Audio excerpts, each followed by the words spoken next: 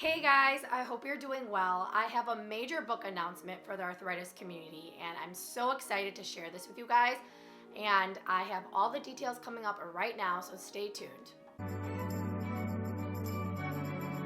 All right, so for those of you who don't know, I've been featuring people's arthritis stories over on my blog, risingabovera.com, and my Instagram, Keeping It Real with Arthritis, for about a few years now. It first started off with me interviewing people and having them submit a photo with their answers to my questions. So it was sort of like a Q&A. And then that slowly evolved to having people just submit anything that they wanted to share in regards to their arthritis journey, whether that be their diagnosis, any motivational tips or advice for people on a similar path as them, career success stories, relationships, parenting, childbirth, anything you name it was really all on the table for people to share.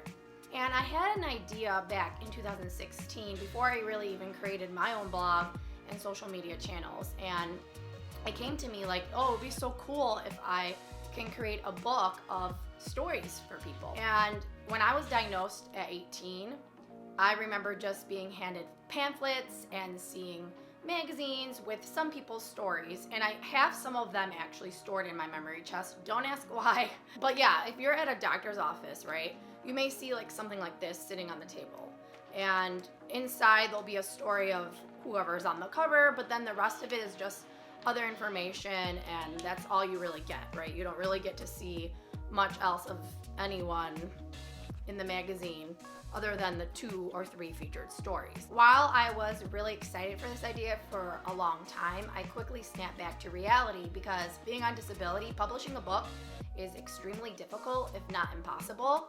I know many people launch Kickstarters to raise funds to self-publish, or they search for a traditional publisher or literary agent. But for this type of mission-driven book, that's quite difficult to do, and it could take months and years, and we don't have time for that. So, I came across an opportunity, 2 of them, and one of them rejected me. So not to bore you guys with the logistics of why I didn't do a Kickstarter or any other crowdfunding option, or why self-publishing and paying for it on my own and all that wasn't an option, I'm just going to get into how this all manifested. And so last summer, I came across, I think it was actually, earlier last year, I came across a grant from the company Ari, I don't remember how to say the name, but it's a clothing company, and they are doing something called the Ari Real Changemakers. I'd seen it online, I was like, well, what is this? It's pretty cool. And they grant about 20 advocates a chance to make change with an idea that they pitch. And so they give a substantial amount of money to get these projects off the ground. And there's some amazing, amazing ideas out there that have won the grant, and I would highly suggest check it out. Next year, or in about 2-3 years, I may apply again with an idea that I have, but I just want to make sure that it's, solid. In any case, I applied to the grant for the Ari Real Changemaker, and I pitched this idea. And yeah, I was pretty bummed about it because I thought that this was innovative and something that could really help a lot of people. But then again, I was like, it's okay, there's a reason. And about a couple weeks later, I got an email from the Healthy Voices Impact Fund. For those of you who don't know what Healthy Voices is, it's for patient advocates who use social media platforms to advocate for patients. And so if you are a person living with any chronic illness, disability, then I would highly suggest applying to the conference because they are pretty open to accepting new people.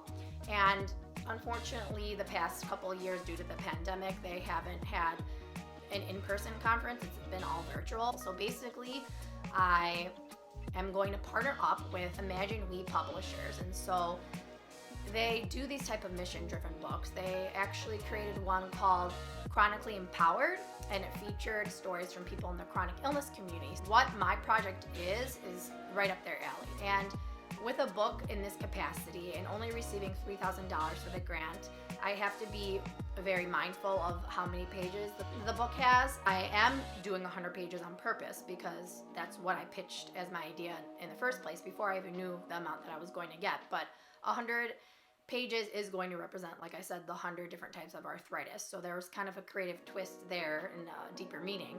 And it's going to be called Keeping It Real with Arthritis Stories. And if any of you have read Humans of New York, this is basically going to be a Humans of New York, but for people with arthritis. Since this is a grant and a mission-driven project, no one can make any amount of profit from it, which is also what I like too, because I want to give back to the community and raise awareness around the world if possible. That's the goal with this, and I'm going to be donating all the books to the top major rheumatology hospitals across the United States, and whatever else is left, I will donate them across the world. With the pandemic and everything and mail being really slow, I just figured that I would really keep my target reach the United States. However, I do plan on sending some to the UK, parts of Europe, and any other place that wants the book. And it's going to be a first come, first serve though, so whatever is left from me donating across the United States, then I will open it up to people outside of the United States who, live with arthritis and have a doctor or hospital that they can suggest is really good. I'm going to be doing a lot more research and putting things together, because for this book, we are going to have a call for submissions.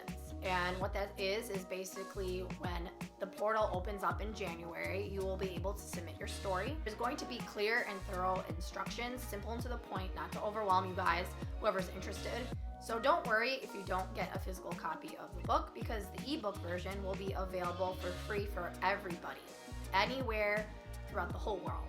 So that's also the good thing about this, because I wanted it to be accessible for everybody. And if you guys want to know the other Healthy Voices 2021 recipients, then I would visit the website provided in the description box below this video.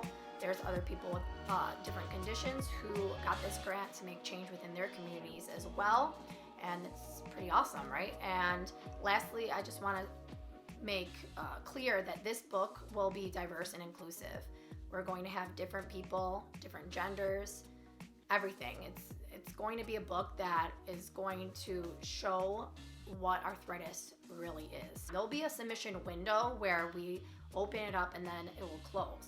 So just keep that in mind. It will be a good time frame to give people an ample amount of time, because I know people are busy and you guys have your own lives and things to do, right? So, it could be like about a month, 2 months, 3 months where the window will be open for you to submit, and then after that will close, because then I have to move on to the next steps with the publisher and get the book ready for print. And if anyone's ever self-published or made a book or know anyone who has, you know that this takes time. And I want to make this to be not just a good product, but something that's going to be invaluable for decades to come.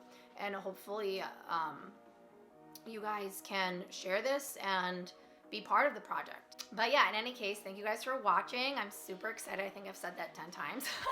But no, I really am. I was like, oh my God. So anyways, but okay, so I'll see you guys next time. Thanks for watching. Bye.